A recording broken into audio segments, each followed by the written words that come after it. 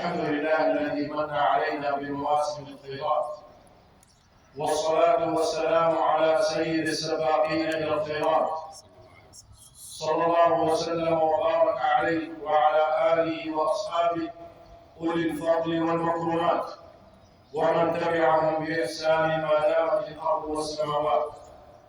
أما بعد، أحبتي الكرام، إن من فضل الله عز وجل علينا أن جعلنا نستعد لخير الشهور في وقت غاب عنه أصحاب القبور. ومن علامة توفيق الله للعبد في هذا الشهر أن يكون سباقا في جمع الحسنات ورفع الدرجات وتكفير السيئات، وفي ذلك فليتنافس المتنافسون. فرمضان محطة سنوية يتزود فيها الصالحون من وقود الإيمان والتقوى. كتب عليكم الصيام كما كتب على الذين من قبلكم لعلكم تتقون. ومن أعظم الأعمال التي يتسابق فيها الصالحون أمثالكم في هذا الشهر الصيام.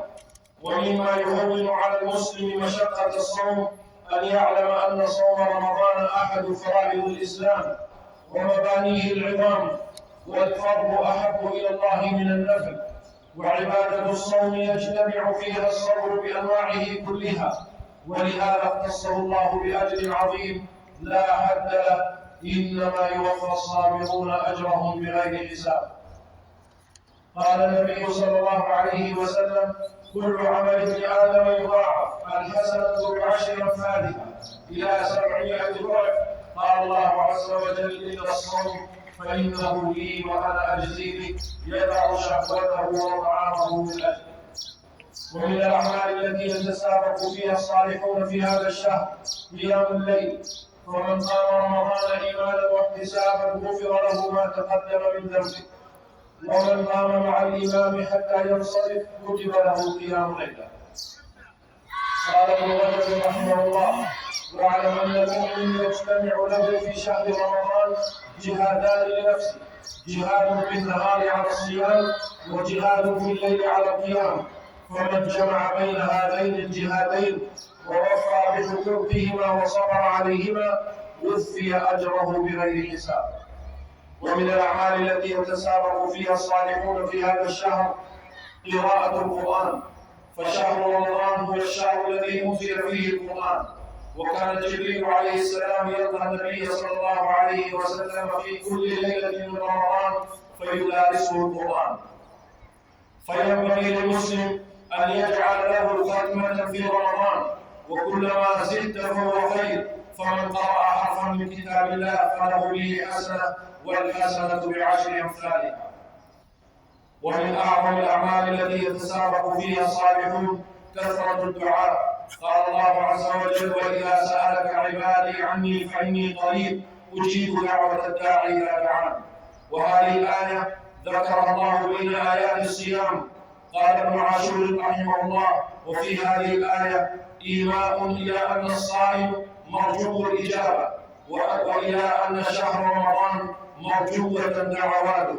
قال صلى الله عليه وسلم: 3 دعوات مستجابات: دعوة الصائم، ودعوة المظلوم، ودعوة المسافر.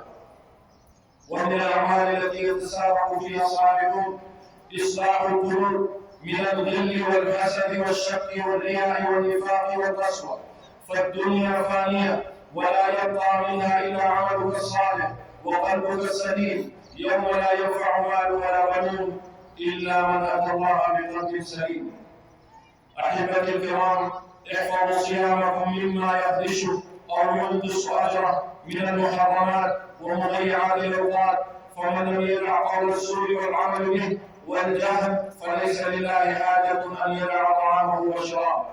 وكان السلف الصالح رحمهم الله إذا صاموا جلسوا في المساجد وقالوا: نحفظ صومنا ولا نتهم أحدا. وهذا الشهر قصير لا يحتمل التقصير، وقدومه العبور لا يقبل الفجور. وكلما تكاسلت تذكر أنه أيام معدودات، وإن استطعت أن لا يسبقك إلى الله أحد فافعل. اللهم سلمنا إلى رمضان، وسلم لنا رمضان، وتقبله منا واجعله متقبلا لنا يا رب العالمين.